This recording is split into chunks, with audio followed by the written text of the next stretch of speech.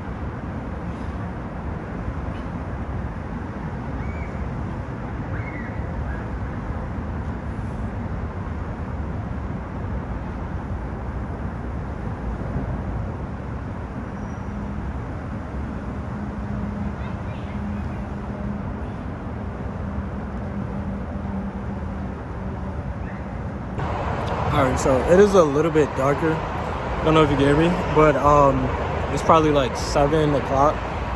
I've really been out here. I haven't really been recording anything because I've been out here having some good conversations with some people that I met out here for maybe 30 minutes, an hour, right? We was just chopping it up, talking about life, talking about health, calisthenics, getting some training in. I didn't record that part, but I am going to finish up my training now that it's like just me. It's not really anybody out here, so I can fully lock in. My headphones died as well, which is great. So that means I can just work out, no music, no nothing. It'll just be me and my workouts. And I'm gonna finish up doing my planches. I'm gonna spam a bunch of planche push-ups. You'll see the form is not gonna be the best, which is cool because I want to spam as many as I possibly can.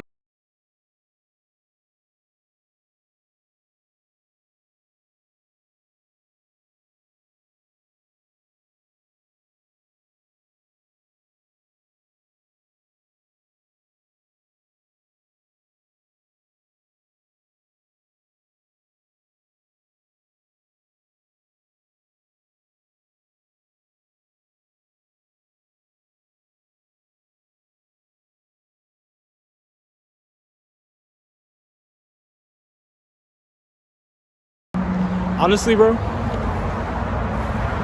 while I have this right here, but one of my favorite things that I love about my actual training is more times than not, unless I'm making a video that's specifically like an edit that I'm trying to do with certain angles and stuff like that, more times than not, the videos that I record is literally just for me to go back and watch and critique my form.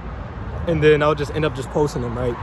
Because, and the reason why I say that, I was looking at my planche push-ups in the last clip, and I see that for me, I was doing like full range of motion with it, and which is why I was doing it a little bit slower. So if I want to add more volume to it and do a little bit more reps, instead of me going all the way down, I'll come down a little bit less, and I'm gonna see if I can start spamming them like that way. Instead of coming all the way down, start spamming them with like half a range of motion. I'm gonna try it like that, so I'm gonna try that for this next set.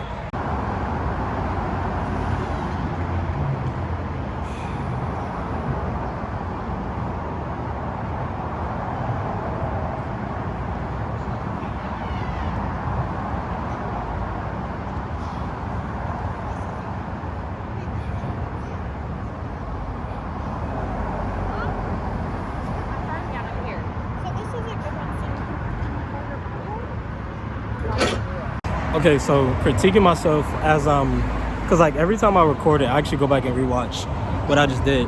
So critiquing myself from that last rep set, what I did, I was doing the half range of motion, the spamming right, but within me doing that, I was losing control of my lower half. So I was more so focused on the upper half, which is why my feet kept on bouncing off the ground when I do it. So I'm gonna do it again, but I'm gonna make sure I put a lot more emphasis on making sure I keep my core tight, making sure I tighten my legs so I'm not like flopping over. So let's do the next set.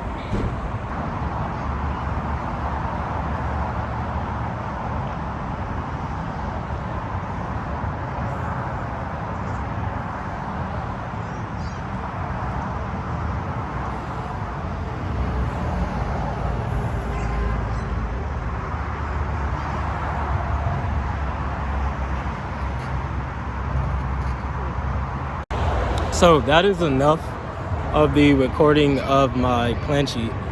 This is usually what I do whenever I'm working out. I will record a couple clips from like different angles. So if I'm doing like a cinematic purposely for different angles, that's different.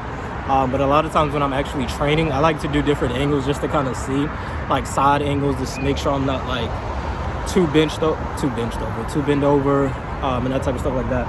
So I'm going to constantly keep training this until I get to about 100 plus